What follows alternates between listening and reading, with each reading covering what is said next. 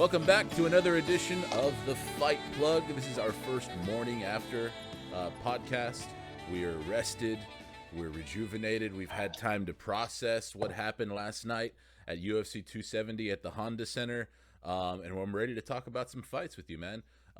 We had a little bit of gold change hands. We had some retain. We can start at the top of the card with Francis Ngannou and Cyril Gane and what happened there.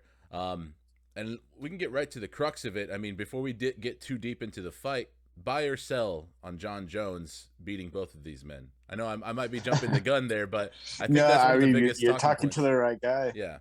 You're talking to the right guy, man.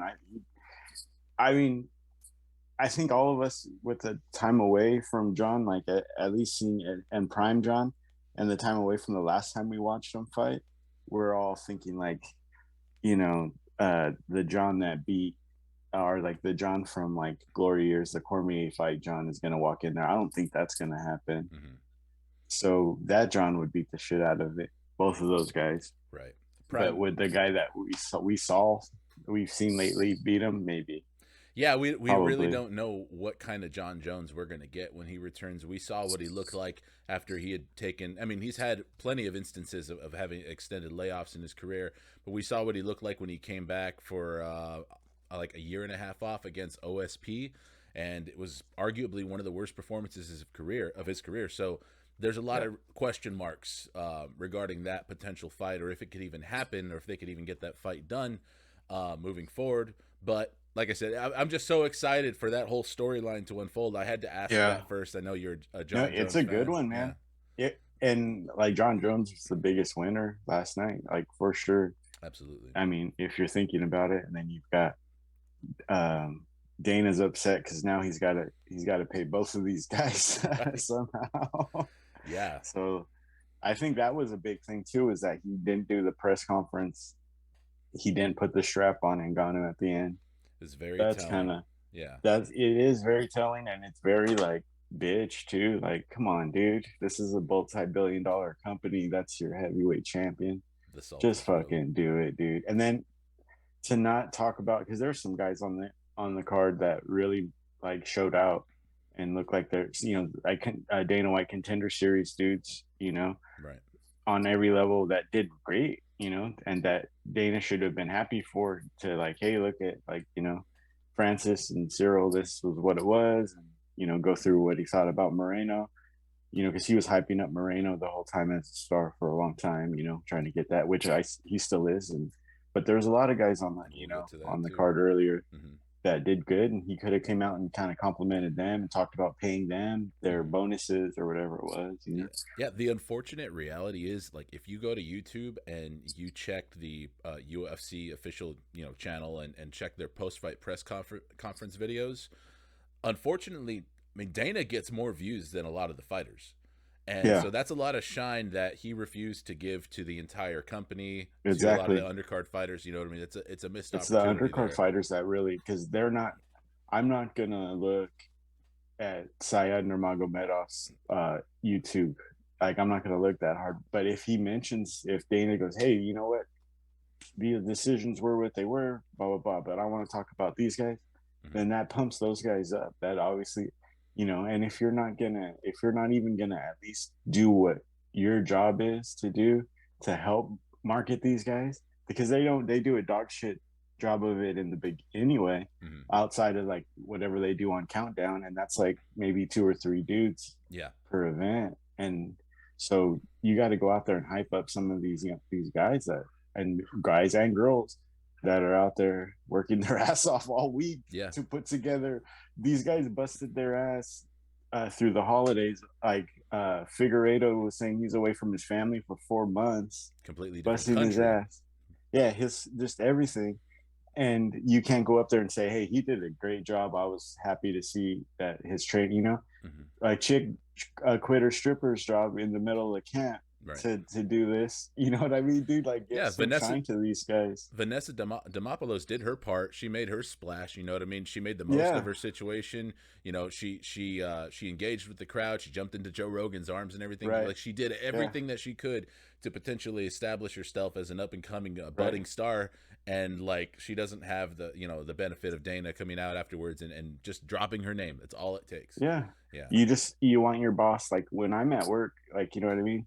You Hmm. want if your boss says your name, it makes you freaking like, man, I get paid dog shit, but that was cool. Yeah, You know what I mean? or hate him. That's Yeah, really important to a lot of fighters. it Um, is. Yeah. yeah, and we're bearing the lead here because I think it's one of the bigger stories coming out of that. I mean, Right. we should Yeah. talk about Sorry, the man. Francis. No, it's okay. I mean, I'm the first one that came Yeah. out asking about John Jones. Yeah. Francis Ngannou is not an outcome that I think anybody really expected. This is No. like good betting odds right here if you went by him by decision because he's not won a decision that, as far as I'm aware of, in the UFC.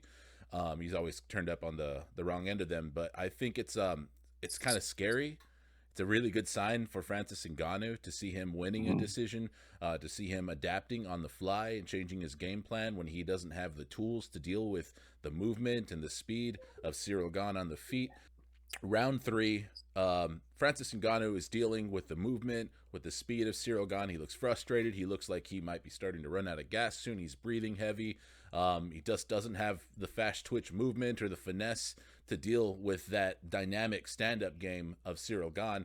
But in round Right. three, he catches a head kick or attempted head kick from Cyril Gane, uses that to lift him over his head, dump him on his ass, and he changes the entire course of the fight from that moment Right. on and starts to excel in those championship rounds. What did you think about Francis Ngannou's performance here? Is there some unlocked wrestling game that we didn't know about that he has that makes him an even scarier heavyweight champion? Yeah. That was it. It does all yes to all of those questions. Like, it does make him a lot scarier. I mean, he out wrestled Cyril, so I don't, it's not exactly like he went out there and beat Curtis Blades in a freestyle like type of setting or Greco-Roman setting. But I mean, True, true. for to see how he like used this, and I think we talk. I think I could be wrong, but we're talking about that fight IQ. Like, is he's going to be getting jabbed? Things might go different. How's he going to change it? And I mean, to me, like, he doesn't know anybody anything. You know what I mean? But god dang, that's really cool to see. That's Hmm. exciting to see. Yeah. Especially knowing that his next fight may be against Jones or back against because there's no way I think you can validate a rematch with Cyril, but to see him do that, man, Hmm. that was really cool, and it looked good. It didn't look like he was forcing it or he was like Hmm. doing it just to do it. Because you see guys grabbing around the waist or Right. trying to pull that leg, and it's like, man, that just doesn't look right. Yeah. Even like on those and it even looked really. He didn't look when Cyril had that toe lock, or when he had his hands around his ankle, Francis didn't look like trying concerned to. at all. He didn't Yeah. look concerned. He was calm. He was looking to throw a hammer fist in there, Right. and at the same time, he was turning his body the right way, angling, and then he jumped back up on the mount. So it's like, Yeah. dang, dude, like, okay. For my money, I mean, given that Cyril Gane has a leg lock finish in the UFC, if you would have told me Yeah. that Francis Ngannou was going to end up in that position, I would have thought he would have been much worse for wear, Mm-hmm. a lot more flustered. And to me, I feel like being able to adapt to overcome adversity and to change your game plan when things aren't going your way and make it work for you is one of the biggest indicators of an evolving fighter.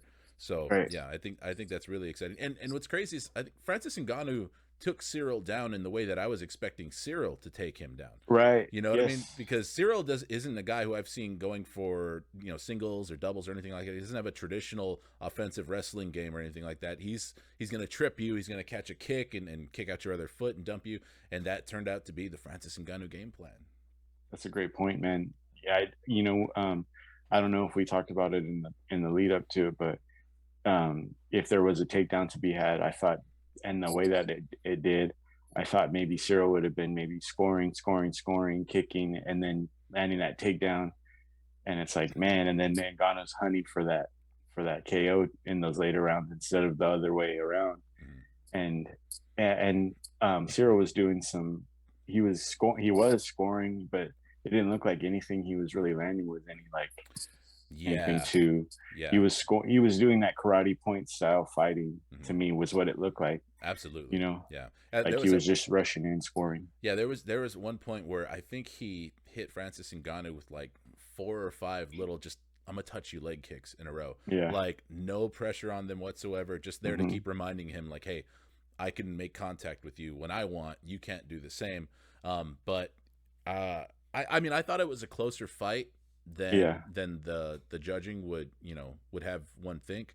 Honestly, I thought that fifth round, the control time for Francis Ngannou made all the difference, but he literally did nothing with it. It was kind of just there to shut down Cyril Gane's offense. Cyril Gane landed a really nice standing elbow. There wasn't much impactful striking, but I thought the impactful striking that did land in that fifth round went to Cyril Gane, and the control time was literally half the round. It was Yeah. the first half of the round, Cyril Gane, on the feet. The second half, and actually he was threatening with submissions in that fifth round too. That's when that leg lock Right. attempt happened. Hmm. At one point, Francis Ngannou was trying to get back up, and Cyril Gane, held onto the leg and tripped him up still, and he ended up losing that position. Now, I didn't see it like a lot of people. They're saying like, oh, it was going for that leg lock that costed him the fight, and yeah, it was. I didn't see that, and I think Joe Rogan specifically said that's a bad IQ moment right there. And Right. I felt it was him making the most out of a bad situation because it didn't look to me like he decided, oh, I'm going to fall back and go for this leg lock. It looked like he was losing the position and grabbed it as a last ditch effort. Still bad, I still think he should have been focused on trying to stand up at that point. But hey, those are the circumstances. I don't Yeah. really take it that as much of a low IQ moment for him. I took it more as something happening that I don't think he was expecting. I think in the post-fight interview, Cyril Gane said, "Oh, yes, it wasn't a surprise that he took me down," and I think it was a surprise. I think, It was yeah, I think the he's way he fibbing did a it. little bit Yeah. there. Because if it was something that he had been working out, and I know a lot of these guys visualize how fights plan out Hmm. just to kind of go before, and they'll talk about like, I've fought this fight 20 times before I even was in there. I guarantee you, if he did that, there's maybe once or twice he thought there's no way he thought he'd be on his back for at least as long as he was. He might have thought there would have been a fluky thing up against the cage, or he's out of position and Francis kind of drags him down. Hmm. But this was like straight judo. Some of that stuff was like judo moves, like judo takedowns, and like Yeah, he didn't see that, yeah. or like pulling him off the fence and then just taking him down with his body weight. Hmm. That Yeah. was really really good to see the way he did that too. So Big man takedowns, and yeah, a couple other things of note. Francis Ngannou coming out with both knees wrapped. The yeah, post-fight interview, he said that he had a torn ACL and a torn MCL, yeah. and so I mean, we should be grateful that this fight didn't get canceled. Actually, you know what I mean? Right. That's what I was thinking too. And I mean, the whole UFC, because the whole UFC is pretty grateful, because I mean, to a casual type fan, like they're not going to pay for a Figueiredo and Moreno, Hmm. pay per view, and they were on it. So you know, whether Dana likes it or not, that's a company man move to go out there and do that and to give that performance. Good point. You know, Good point. geez, man, Yeah. he's just. I think that's a big reason why he's probably mad. Like he has so much leverage right Hmm. now. Yeah. It's like insane. It's just so much leverage to Some of go the out and do that. Yeah, man. And some of the language that he was using in this post-fight, in the post-fight press conference, saying, "I don't feel like a free man here. I feel like my Oh man, company, yeah, my company is literally working against me. Like right, right, they don't have my best interest in hand and stuff." It's very damning language. It's not just, "Hey, I'm not getting what I want. I'm not getting paid what I want." It, yeah, it was that, but it was much more. It was painting the UFC to have like a real ill intent towards him. You know what I mean? And right yeah, now, that's to him. He is being to them. He's being problematic, and we know that Dana doesn't like that. Like we already talked about. The salt is real. He wasn't even present. Let's talk about Cyril Gane a little bit. Leaving this fight, we don't really know. It might be a little too early to match make for him, but I think that there's a lot of interesting fights for him a little bit lower in the rankings. Like you said, we don't really want to see this rematch right away. I think Francis Ngannou answered a lot of questions, and we've had a lot of rematches at the top of this heavyweight division. You know what I right, mean? Before right, this, like the last fucking 5 years. I think they had a little segment about that before the heavyweight fight kicked off, that Daniel Cormier narrated about how like the last, I don't know how many years of heavyweight have been dominated by him and Stipe fighting at the top of the mountain for that strap. So I'm not super interested in a rematch, but I am super interested in a Cyril Gane maybe versus a Curtis Blades, possibly against a Stipe. Stipe would be a good one for. I mean, I think we've talked about it. What John Jones against Stipe, but that John's not going to do that. That'd be a good one. But if not, Cyril Gane Stipe would be good, and hopefully Stipe would want that fight. Yeah. And I think he if Stipe beats Cyril Gane, then I mean, there would be no excuse for him not to get another shot, you know. So.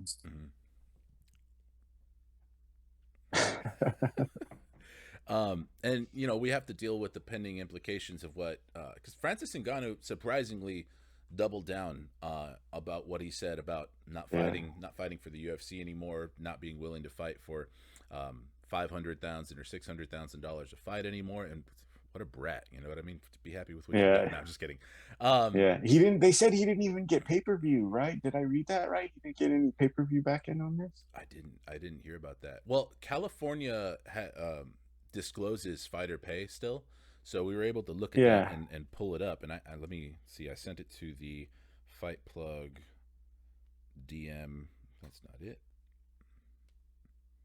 Right here. So I'm seeing Francis Ngannou, 600,000. That's it.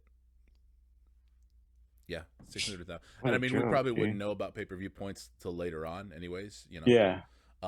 I'd be shocked if he didn't get pay-per-view points. He was the defending champion. But yeah, he doubled down. He said, "I'm not fighting again." He got asked about that by the media in the post-fight presser, and they asked for clarification. They said, "Well, if you don't fight by December of 2022, your contract should be open." And I didn't think that was the case. I thought that winning that championship fight would automatically extend his contract for at least one more fight and not necessarily a window of time. But he agreed, and he said, yeah. And given the fact that his knees, that he has a pretty bad injury, and he said he's pretty sure he's going to need surgery for that, which once again, hats off to him, commendable for going out with that fucked up. I've heard you can walk with torn ligaments in your knee and not even realize it's not necessarily a painful injury, but if you want to do anything athletic whatsoever, you're shit out of luck. So we might be facing the actual, reality that Francis Ngannou, this could be the last time we see him in the octagon, unless they actually come to the table with some real money offers and plan to up his pay. But it doesn't really, it doesn't seem like it. The tea leaves definitely don't read that way. So we might have to be facing a potential reality where it is still Cyril Gane at the top of the mountain, and that's who the only option that John Jones might have coming into the heavyweight division. Yeah, and I mean, so then they might have to do Cyril and Stipe and John, because John's gonna have to fight between the time that Ngannou gets healthy. There's just no way around that. Yeah, I wouldn't Michel for too long. The biggest John Jones stand would here in the you can find, despite everything, is saying that he has to fight. He can't. You got to fight somebody, dude. And it sucks the way it is, with Francis being out and hurt. But if you can't get in there within a certain amount of time, you don't deserve it. That's I'd rather. There's the dudes that are fighting that. I think they're fighting in that English card with Patty and all those guys. Volkov's fighting. Those dudes would deserve a shot before. Yeah, Aspinall and Volkov fighting. I would, if John doesn't fight within the next, I would say even 4 or 5 months. If he doesn't fight in the early part of this year, he doesn't deserve it any more than any one of those guys. Yeah, it's an unenviable position for the UFC to be in, also because you're taking a gamble on John, no matter what. You know what I mean? He's willing to be problematic. Like I said, problematic seems to be the the theme word of the show today. Right. You know what I mean? He's very vocal. He's gone against against the UFC in the media many times, multiple times. You know, he's going to demand a high dollar just as much as Francis Ngannou was. He got quiet once his options at heavyweight started to be a little bit more obvious. You know what I mean? Once the dust kind of settled at the top of that division, about all of that, and he seemed a little bit more willing to play ball now. But you know what I mean? You can get John Jones in a main event once, and you really don't know what kind of hurdles you're going to have to jump over to get him into that cage again.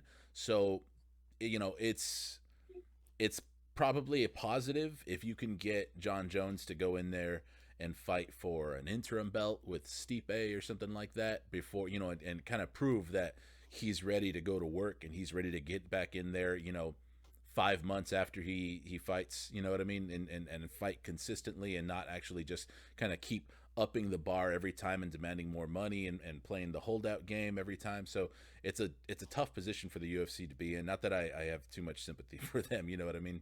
Yeah. But Yeah. go ahead. No, those are just all I was just going to say. Those are all good points, man. I mean, there's really it's such a way, like how do the guys, I've never seen in any pro sport where these fighters have so much leverage like that. Like Francis literally has leverage over what you would think would be one of the most prestigious belts in all of like combat sports. Not even, you know, you're talking about kickboxing, boxing, regular boxing, UFC heavyweight champ. I mean, that goes back so long. There's a, you know, and it's just so crazy how these guys have that much leverage over Dana, and he just won't put any type of money into it. He won't put any type of marketing into it. He's not even in on the post fights. It's just, man, Won't even put the it belt just around really the blows champion. my mind.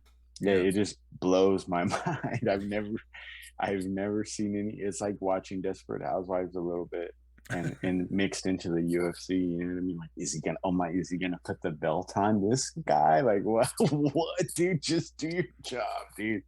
I can't get over that. I seriously can't get over that. Mm-hmm. Well, we can move on to the co-main event. Deiveson Figueiredo gets the decision, unanimous decision, 48-47, across the board for Deiveson Figueiredo to get the win over a surging Brandon Moreno, who came out and really proved to me that he's a fucking superstar. Yeah. You know, I like Brandon Moreno. I like Brandon Moreno fights. I wasn't too sure about whether or not he was over with, you know, with the casual crowd. You know, the last time they made a big hoopla about, you know, he's a star, he's arrived when he won that belt over Figueiredo. He had the really, really emotional post-fight, you know, right in the cage interview where he was crying and saying "Si se puede," and saying, you know, your dreams can come true. I worked so hard for this and everything like that. It was heart touching. Yeah, I was listening to banda music after that for a little bit. I put in some Chileno after that and cracked the pisto after that one. Give me the fucking horns and the accordion. Yeah, I was all for it. Yeah. But I wasn't really sure, like, whether that star power was actually going to carry into another rematch. You know what I mean? I guess I don't really have a gauge so far as to how the casual fan really receives these rematches, or if they really like seeing them mix it up, you know what I mean? Or they get tired of all the rematches just like we do. Going into this fight, if you would have told me, like, oh yeah, they might fight a fourth time after this, I would have said, you're fucking crazy, dude. Who would even want to see that? I wouldn't even want to see that. Now, you do want to see it. Yeah, I want to see it. About 12 hours removed from the event, I'm thinking, like, God, that would be so sick. And I think it would be a bench in Mexico. And then when Figgy said, I'll fight him in fucking Mexico, which I was like, okay, no, you won't. But yes, that sounds good. Yeah, and he ran that back in the post-fight presser and basically said, you know what, I'm not 100% sure that Henry Cejudo and I would make it out of Mexico alive, so maybe I don't want to fight him in Mexico. But when he said that, I had goosebumps. I said, holy shit, he sold it. You know what I mean? Yeah. Dude, Deiveson Figueiredo is playing the heel so well. Yeah, he's doing so good. Yeah, I love it. I love that he's taking it in. It almost looks like he's not super comfortable with it. Like he was reading shit off of his phone in the pre-fight press conference and stuff like that. It almost feels like they're kind of like, you know, the marionette. You could see the strings of Henry Mm-hmm. Cejudo and Yeah, Captain yeah, Eric yeah. making him be a troll and stuff. But hey, man, if it helps if it helps his wallet, if it helps his bank account, Do I'm it. sure he's happy to do that. Yeah. And his bank account's going to be looking a lot better because he got to take 10 pounds of gold back to Brazil with him Right. when he fought a really hard fight over Brandon Moreno. What did you think coming away from that fight? Did you have it? Did you see it the same way the judges did? Now, because of the that was the one fight where my attention was like on both screens, just because of the way the timing was. But I watched it without the commentary, and I thought Moreno won the fight. I thought I really did. I wasn't listening to the back and forth. I wasn't hearing, you know, how they have the how as Dean Thomas that does his little in round like scoring and all that stuff. Like I didn't hear any of that. So and it's interesting when you don't watch it with it to like kind of how I felt, and I was like, man, this is a good fight. Wow, this is a good fight.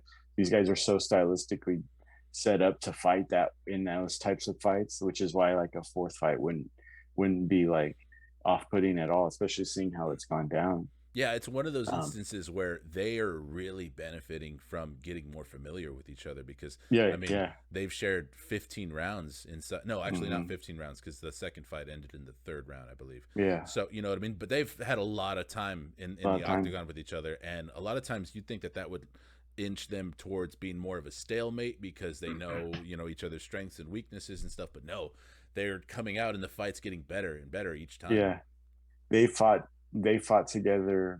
I think more time in the cage than Cyril and Francis actually sparred each other as as Yeah, fucking dude. like fighting each other as partners or whatever they were calling it.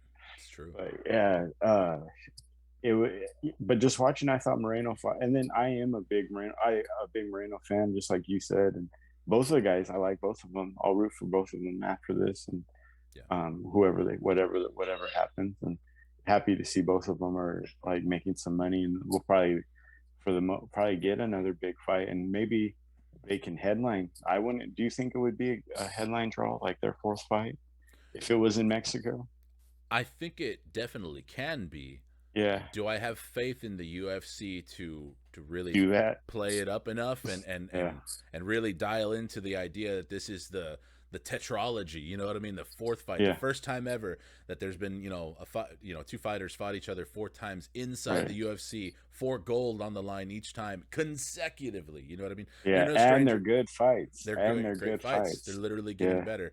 I feel like that should be T-ball for the UFC, marketing wise, especially if they can get that fight in Mexico. I don't think they have to try very hard to sell the shit out of that fight, Yeah. and I don't exactly have enough faith that they'll do the best job of it. But They would I have think to it's just because of the language barrier for both guys. Moreno does a good job in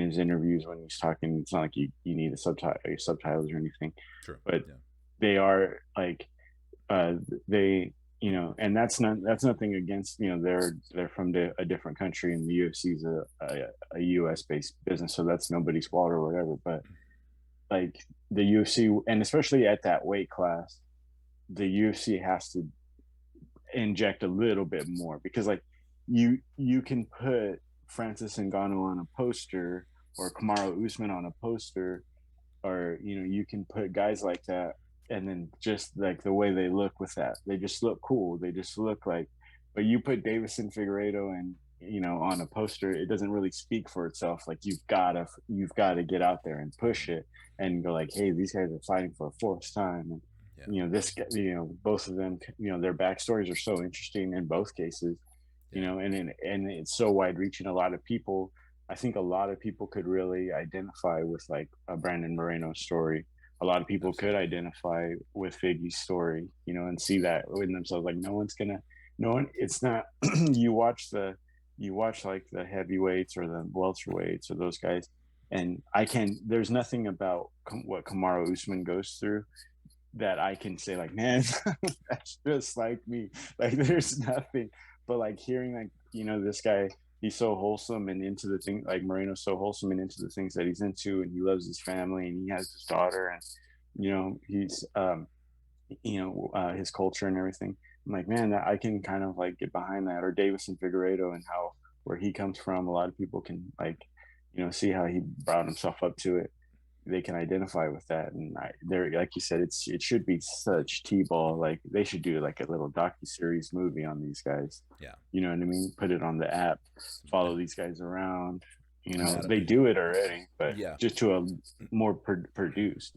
Yeah, I want to see anatomy of the fighter, get it, do a full deep dive of it, blank check, go cover these guys, get into their lives, get the nitty gritty, because there's a contingent that of fans, well, especially Mexican fans, which we'll get back into that, who are on the board, who are on board with Brandon Moreno hard. Mm-hmm. Like I mentioned earlier, I touched on it a little bit. Brandon Moreno, a superstar. I didn't peg him for being that much of a needle mover going into this fight. I knew, he had arrived. I thought he was probably as popular as he was ever going to be in that moment when he won the title in the previous fight. But anytime that they showed his face on screen inside the Honda Center during his walkout, the crowd was just going nuts. Anytime he even looked like he touched Deiveson Figueiredo in the cage, the crowd was going crazy. The Latino crowd really, really showed out for Brandon Moreno, and I think that is business that the UFC wants to keep doing, and they stay in. Yeah, and you could see it as they packed the undercard with a lot of other Latin America fighters and teammates was in there. Yeah, absolutely. To mixed results, you know what I mean. A lot of them didn't really come out on top. It was a mixed night, including for Brandon himself. But that's I think we're seeing more than ever, because they've tried to really push Mexican fighters before, but they've always been kind of cursed with getting a Mexican American fighter, a person who's culturally identifies but doesn't necessarily, the language barrier there. You get your Cain Velasquez, where they were trying to force him to do interviews in Spanish, and it sounded as good as it would sound if I were to try and do an interview in Spanish. You know what I mean? Yeah, like the Selena movie. You're kind of like a bad Selena movie. Muy excited. Exactly. You know what I mean? Yeah. And it's one of those deals where it's like the reality's not the same. You know what I mean? They want their real Mexican-born champion, and they had it and they lost it, but it doesn't. They'll have it again. They'll have it again, and they're hungry for it. They're hungry to get behind another Mexican fighter. You know what I mean? I'm sure Yair Rodriguez is looking at this fight and thinking to himself like, there's just so much untapped potential for me. Exactly. Good point, dude. I didn't think about that. Good point. What did you think about Deiveson Figueiredo's game plan going into this fight? In the pre-fight and the post-fight, he was asked, do you feel like it was your skill set or your strategy that made the difference in this fight? And he kind of went with strategy. He gave a lot of the credit to his corner, Henry Cejudo, and Captain Eric, and said that it was more, his patience going into this fight. Now, I like you. I actually scored it like for Brandon Moreno, but it was a close fight, not one that you can call a robbery either. You know what I mean? Yeah. And I kind of disagreed with him. I felt like that extra patience might have actually been to his detriment. I felt like some of his best moments in the fight were when he was willing to become that bully a little bit more. At the end of the fight, exactly. Yeah, that's when it kind of looked like what. I mean, not to say like up until that point, the fight wasn't good, but. That's when he was like, let's go then, let's do it, and then I was like, okay, here we go. And you wish like, dang, you wish you guys could have did this with a minute 20 left. Exactly. Yes. Yeah. So he credited his corner and his team for getting him ready and having the strategic game plan. I feel like it had, I mean, they didn't really talk much about it, but I think his conditioning was more it was way of a better. factor, because that's where he came up short in the previous two fights. You know what I mean? He was getting sick. The sickness from the first fight might not have been a weight cut thing, but when you're cutting weight, you got to be compromised. You know what I mean? Your immune system has to be compromised. So I think that had to have been a factor. We know he had a lot of trouble making weight for the second fight. In this fight, apparently he was absolutely fine. He nailed it as far as his weight cut. He was. Where he was struggling to step on the scale in previous fights, and this one he ran up the stairs and he was ready to go. So I think that might have been the biggest factor. And maybe training with Henry Cejudo maybe that was part of the benefit there also, but it wasn't something that he really talked about. Good point. And I think he mentioned that he went to the UFC PI and they helped him get his nutrition right and helped him with his weight cut there too. So that might be somewhere where he needs to give some credit also. But I'm interested to see what that fourth fight looks like, man. If he's going to be that much of a factor and they get to know each other this much better, I think that's going to be fireworks, man. Yeah, it's just I'm down. So the $70 pay-per-views now, the increase I paid to watch the fourth fight, and that's crazy. Like who would really do that, especially so close after? Like sometimes even in a third fight where it's like, wow, I don't think the third fight really makes sense, and then a few years later these guys kind of go off and do things, maybe one guy goes off and retains the title, one guy maybe has like a broken road back, and then it's like, oh, the trilogy, okay, I'll watch this. Like you kind of see that more. But for a fourth fight, and I'm down to watch it, and like as soon as these guys are down to do it, like, yeah, that's pretty rare. And so just that's exciting, man. Yeah, and we're talking about a division that has guys on deck. I mean, Askar Askarov, like I said, I think he's still recovering from an injury that he might have had surgery for. But Alexandre Pantoja, that's an amazing fight. Whenever you can get that guy in there fighting for the title, dude, flyweight is so exciting all of a sudden. Not all of a sudden, you know what I mean? It kind of always has been. Yeah, but you wouldn't know it by the promotion from the company that actually like puts them on events. Like we're having to like dig these out, like make it on our own, whereas it shouldn't be that hard it's just such a weird dichotomy, or like a weird setup they have there at the UFC. So but I don't know. Go ahead, man. Are there any of the other fights from the card? We can keep this one kind of short if you want to cap it. Yeah, but anything else that you want to talk about? I know you mentioned Vanessa Demopoulos and her circumstances, and there's a couple other fun fights there. Morales getting the upper hand in his fight. Like there's a lot of exciting stuff to highlight there. If there's anything that you want to touch on. Morales, that was a good fight. I really liked that. That was really cool. That was one that kind of got. I want to thank him because, like we said it again, like I had mixed attention on the fights and on football, but same like the Morales fight was like, whoa, man, look at this guy. I kept looking at that screen, like some crazy stuff was happening on one screen, but I couldn't not watch him. He looked great. Said Nurmagomedov looked amazing. I think we all kind of like that wasn't a surprise, and we kind of talked about Cody Stamann on his way out, so that wasn't too big of a surprise for anybody, but it did not look any more aesthetically pleasing the way that how deep he freaking got that and how he just set that up. Man. That was so cool. So rare to it's see so a guy. Cool to see that. Yeah, it's so rare to see a guy get that figure four lock on the guillotine. You know what I mean? Usually it's just enough to get it in there and push up against the fist and create that compression on the carotid arteries, but he had it in super deep, and it was almost like a flying guillotine. You know what I mean? Like he jumped on it so fast. That's so crazy. You can tell dudes like him, like they think about this all day long. They must, like, for that to because if he's not and that just comes out of him, then dang, dude. But like he trains so hard. He just does everything like it's like a machine. Yeah, I think that was such a cool thing to see. I think that's one of the biggest feathers in the cap of the Dagestani fighters, or the guys who train that, who come in with that mixed sambo brawling style, like Nurmagomedov style, the guys fighting out of the Caucasus, is their ability their ability to flow. You know what I mean? They're really good. They're I mean, I was about to say they're not really like they're well-rounded, not specialists anywhere, but they're specialists on the ground for sure. Right.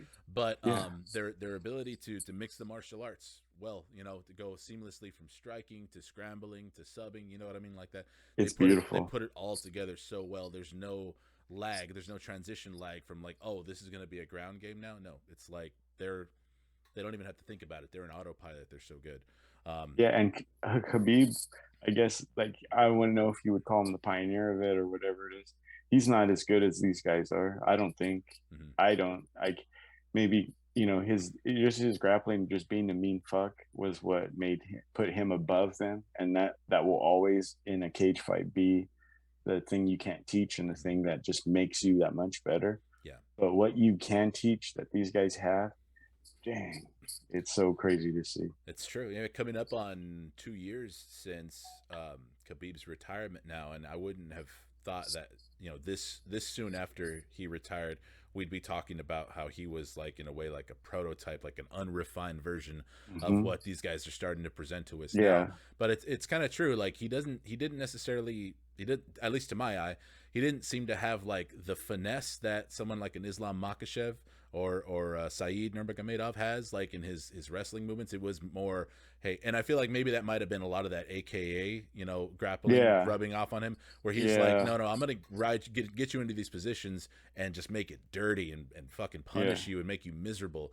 And also I feel like he got by on a really, really iron chin also, you know what I mean? Because his striking was a lot sloppier, but he was just as willing to engage and get right in your face and pressure and take, Conor McGregor's best shots. I miss the guy, man. Damn. I miss him too. This sucks. I mean, as much as I like to see him with his chubby cheeks and eating food in Dubai, like that's so cool. And being an amazing coach. Yeah. You're just so happy for that. But like, damn, man, just like fight GSP, dude, please. He had so much left to do in the octagon. And, I mean, it's crazy to say that when he was the top of the hill, But the bantamweight division continues to get deeper and deeper. Yes, it does. Yeah. That's the lighter weights are evolving into something special. Like, and then even with Barcelos loss, with Victor Henry, that almost kind of almost balanced it out, because it would have been way stacked if Raoni comes out and just beats the shit out of him, and they're like, man, everyone at back to back bantamweight fights like that, dang, look at how good that. Yeah, Victor Henry made a statement. I was underrating him for a little bit, but for the right, I did too. We did. I did. I mean, I was going into, man, he's the next big like kickboxer out of Brazil. Like, that's so cool. The Brazilian Muay Thai is so cool to watch in the UFC setting. Man, I'm so excited. And hype train derailed. Yeah, the only pre-show note I had about Victor Henry was how it's kind of rare to see a white guy, a guy from the States who's made his entire career over in Rizin, coming over and finally making his UFC debut. And a lot of times it's the other way around. But he's a hardcore delight, man. Like, that's a hardcore delight. Like, I watch Victor Henry and Rizin. Exactly. And so I'm not very like surprised. He was about to challenge. He was about to challenge for the Rizin title, but COVID got in the way. So and he's like, might as well fight in the UFC. Right, and he's a great division to this bantamweight. He's a great addition to this bantamweight division. That fight with Raoni Barcelos before the Brandon Moreno Deiveson Figueiredo fight, I had that pegged for potential fight of the night. And I've been making a little mental list. I like how I motioned, like I wrote it down in. I just said mental list. I made a. So I've been kind of trying to keep, since we're at the beginning of the year, I've been kind of trying to keep track of potential fight of the year nominees, because last year, it happens to me every year. We get close to the end of the year and people start asking, like, what was your fight of the year? And it's like, shit, I know there were so many good ones, but you start to just lose track of them. The 12 months, they don't go by so quickly in fight time, or they do, you know what I mean? In fights that happened 6 months ago, feel like they were a million years ago. Just tonight alone, there was at least, honestly, 3 potential like fight of the year candidates, and it'll sound stupid to hear me say that later on in the year once we get further into the meat and bones of it. But Michel Pereira versus Fialho, that was another like great fight one that could have easily had a bonus. I have an irrational hate for Michel Pereira. Like, Yeah, you know what I mean? same. Like, I don't know what it I don't is, like seeing but that. I I don't don't like, like seeing it, man. I It don't, has no place in this. I someone, could see you hating that. I could see you hating that, man. someone needs to make him pay for his disrespectful striking. You know what I mean? Like Yeah, the shit that he does in the octagon, it's like, yeah, dude, you need to be held accountable for that. And no one's done it yeah. yet, so more power They need to to him. take them to some type of like some type of court, Mhm. like Peter Yan should preside over that. And just be like, dude, this is disrespectful to everything that Yeah. we do. Someone needs Like, to put you a don't cap. get it. Someone needs to put a cap Yeah, on how much spinning shit you can throw in a fight. right, right. Um, And you just see like Conor McGregor, like in the, just like looking at him, just like shaking his head, like Kavanaugh's back there, like, this is gross. I don't want to see this ever again, dude. yeah, but the man keeps winning. Yeah, And he got a hard fight. And you know what I mean? Like, one thing I was thinking about Fialho is what are these? I think he was coming from UAE Warriors, which I'd seen a couple like random female kickboxing fights from that organization, but never really like tuned into it. Never seen him you fight. would. But yeah, did you say you would? But I mean, I'm not super astute in all things UAE, but uh, I've dipped a toe in. for the WMMA, for the culture. Right, But for the culture. you know, it's kind of surprising outside of the UFC what, you know, just power and decent boxing and accuracy can get you, because he didn't have any head movement, he didn't have any footwork, he was flat-footed as hell. He didn't really seem interested in changing up his game plan, but early on, anytime he touched Michel Pereira, it seemed like he had dynamite in his hands. Like I think he Yeah, rocked Michel Pereira early on with a jab, yeah, but later on, you know, he kind of, Michel Pereira kind of downloaded his movement, realized he had no movement, exploited yeah, that. Fun fight. Still, like I said, you know, fight of the night candidate. But like ultimately, like it showed that that guy has a lot of holes in his game. And I'm really excited to see Michel Pereira fight a proper grappler who's yeah. not gonna stand in front of Not that gonna stand for bullshit. this shit, and kind of like, okay, here we go. See how you can spin with your shoulders on the back. He can't keep getting away with it. Yeah, so I could just see you go to the bathroom, like excuse yourself for a second after a potato fight, and just be like, okay, just like, oh god, this guy. But it is what it is. Exactly. You know, you can't. The guy won a cage match against a dude who is insanely strong. And like that was one. Like you made a good point where he was maybe surprised by that power. Like we talked about it in the last one, where like how the other guy is affected by the power. Like, whoa, this shit is different than what I thought. And yeah, when he got hit with those a few different shots, you could tell it was like, oh, whoa, like there's like an eye opening moment to that. So kudos to him for taking that and still being able to win. Couple of bits of news, not necessarily related to last night's card, but just wanted to get your initial thoughts on, or your quick reactions.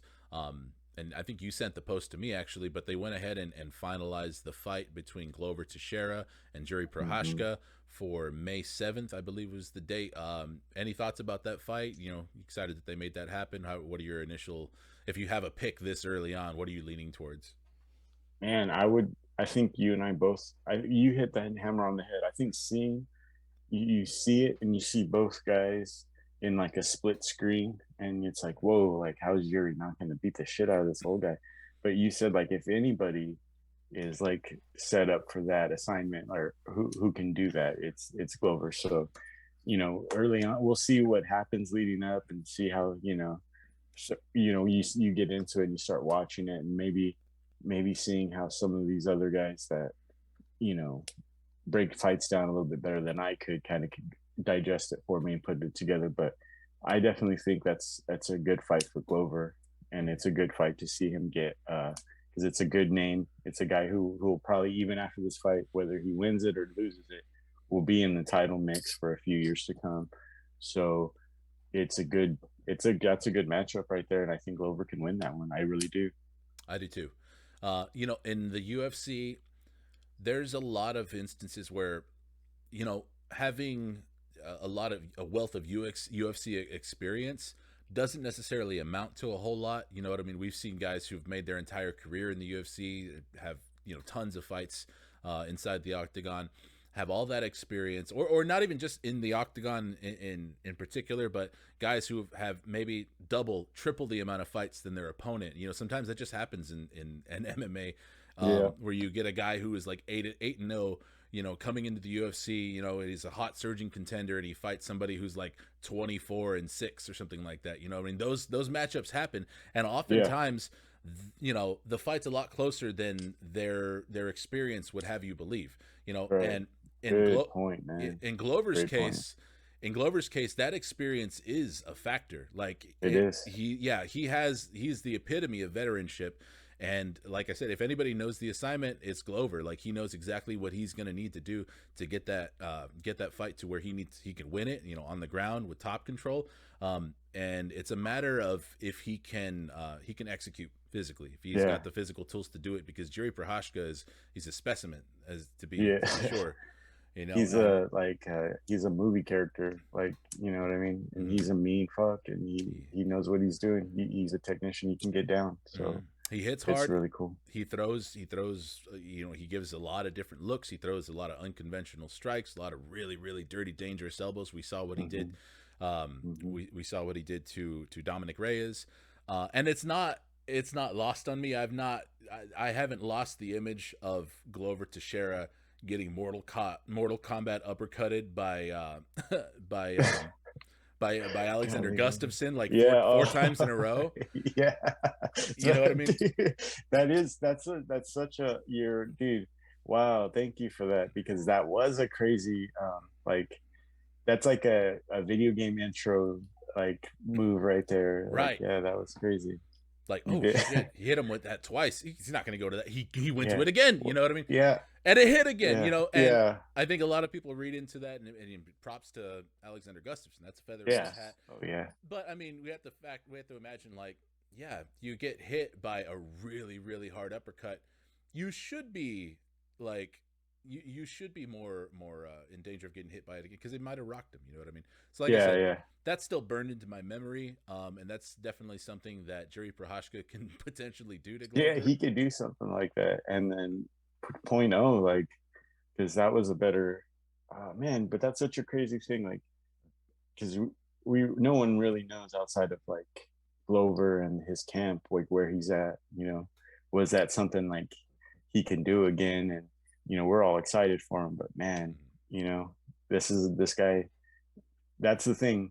It's cage fighting, so as much as Glover's done in this sport, as much as this guy makes a different change to the way he like feints in and comes over the top, and then it's lights out. It's over. Like, that storybook is closed.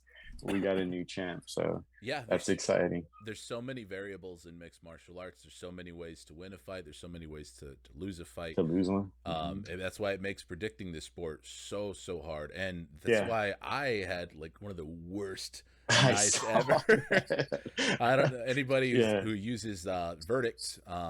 I made my Verdict picks, and I showed them to you last night, and the red X's everywhere. It was literally my lowest moment. The only fight from Verdict that I predicted correctly was Said Nurmagomedov. I was off on all of my other picks. I mean, I don't even need to say the methods were off, because once you get the fight off, it doesn't even matter. But yeah, man, of course it would happen when, I don't think I mentioned it on any of these on any of our episodes yet, but I was touting how I had a 60% prediction accuracy for UFC fights last year. And of course, as soon as I say that, I am now, let's see, for the first event this year, I went 2-4, and for last night, I went 1-5. So I don't know what that breaks down to percentage-wise, but it's pretty fucking horrible. And I'd probably be going to be, if I was putting money on any of these fights, I'd probably be getting fitted for some cement boots or cement shoes. So well, I put a little money on. I had football, so I took the Bengals. I took my Niners to win. Good call. And then what screwed me was the Moreno decision, and like, which makes it even more like damn it, because I had Moreno by decision. So when it got to a cross sport parlay. Yeah. Oh yeah. Oh, I like to do that. Yeah. And I did it on purpose, because I wanted a reason to make sure I was like watching UFC at the same time. Like, so I was like, I put a little something on it, and then Mhm. like my two early ones, like, and it kept going. Like, what? That's why I was watching the Morales, because I had Morales in there. I had Morales and Moreno in there, and then I had Said in it, and then if Moreno got it, I mean, it was like 70. I'll look it up, but it's like I had like, they give you like bonus points if you do that, if you cross bet, like if you bet on two different sports. Oh, So really? like, Okay. so I took an underdog in I took two underdogs for football, and then two road underdogs in football, and they give you like bonus points if you do that. So Mhm. yeah, it was a $75 bet, but it would have paid like I had bet like 160, and I would have came out with like $880 off of like $75 bet. But Moreno, they gave it to Figgy, And I can't and even say then damn you, Brandon Moreno. It's yeah, damn and you, I'm not. judges. Yeah, that's why I'm not even mad. I would have been such a nice morning, Mhm. like if I would have had that extra change after Yeah. the night I had last night. But man, but I'm not even mad. Like Yeah. because I was right. Like I think, you know what I mean. So that's the thing that gets you, is when, that's why fucking gambling is such a fucking bitch. Like it's like, you can't even be mad. You did it, everything you bet. Two football underdogs, right? You're betting on an undercard, UFC undercard. I stayed way away from Cyril Gane and Gane. Like, they were trying to give me, because the way that these apps work, they give you like little incentives to bet, and they do it on purpose because they know how to keep their money. And I stayed way away from that one. And so the Moreno fight was the last one. The game was over. I was driving home, and I had the fight on my phone, and I was like, "Oh man, I'm about to just come up on some money, dude." And then it didn't pan out that way. So like that last 5 minutes of the drive, you just hear tires. But that was, yeah. The You just awkward hear the tire silence. noise. Yeah, my Yeah. daughter in the back. It's like, why are you all mad? You're like so happy right now, but that's all good. Because you don't get new shoes. Yeah. Oh, Uh, sure. I'm just Well, kidding. they'll be a newish. I Uh, mean, newish. mhm. So. No, Um, seriously though, if you got like $50, like slide that cash app, dude. yeah, Picture days coming up. drop it in the cash. Yeah, drop your cash Yeah, app in the chat. yeah, Chat that we don't have yet. right. Closing thoughts. Go visit Vanessa Demopoulos' social media and help her. I Give her, did. yeah, I did. I did too. Yeah, give her a little push. Give her, since Uh, Dana White didn't show up and give any shine to his fighters. She'd mentioned that this fight was the only reason that yeah. she didn't have to start an OnlyFans, and she was able to quit stripping. Dana's such a piece of shit, man. If It's you can just fucking like retweet something from her, dude. Yeah, by it's so easy for him, dude. Yeah, she's she proved to be a really bubbly, engaging personality. One of the Yeah, surprisingly, for being one of the curtain jerkers of the night.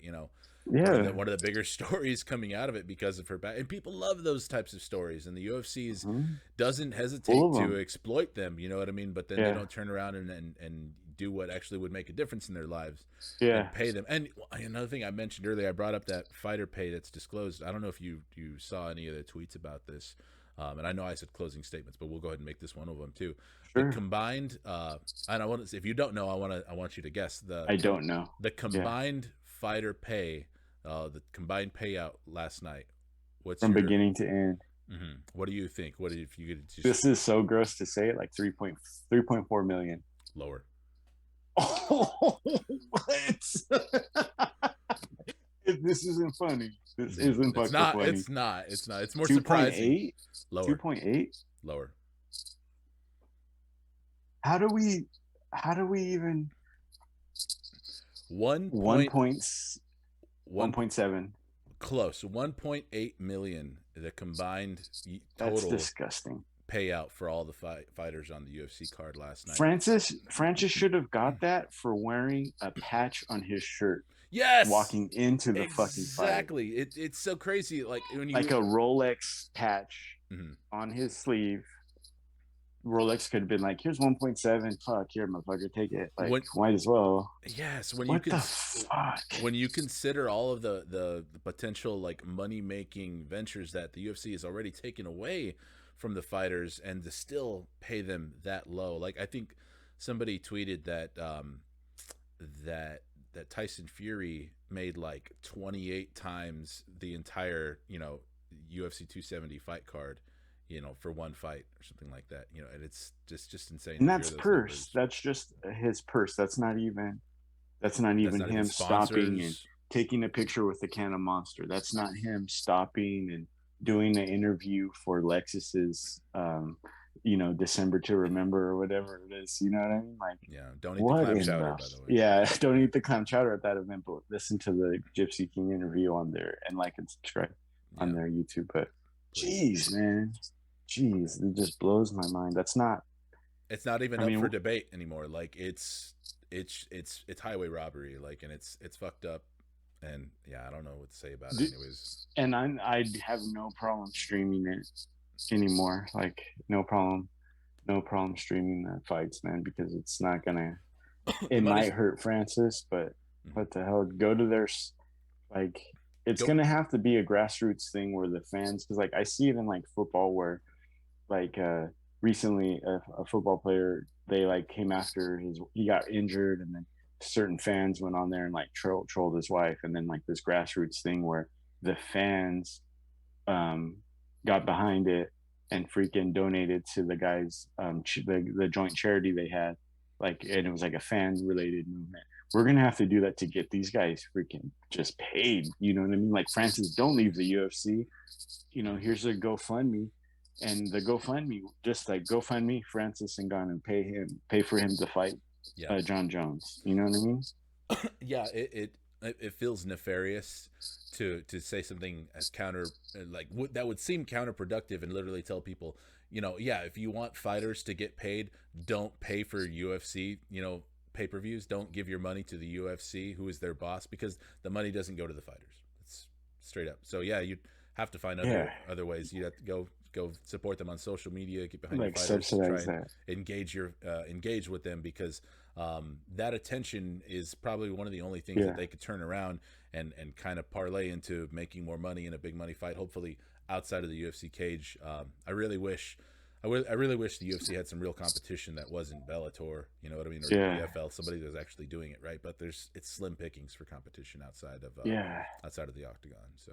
And like one championship tried it, now it doesn't seem like that worked. Like they went all in on it like a couple years ago. It doesn't seem like it's working what they thought. There's some good fights that come out of there, interesting stuff, but nothing that's gonna take my eyeballs away from. And I'm not gonna pay a fighter on Twitter, but everyone else should. That'll be the title of the episode. I'm not gonna pay a fighter on Twitter, but everyone else should. I'll shame everybody for not supporting their fighters, but I won't support them. Do as we say, not as we do. Yeah.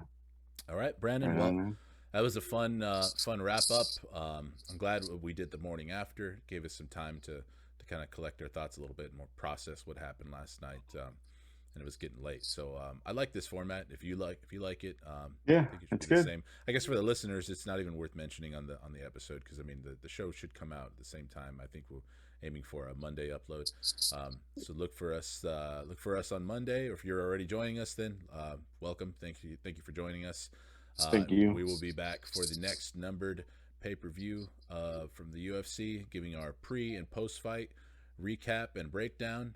We hope you enjoyed it, and we will see you guys on the next one. Take care, Brandon. Take care.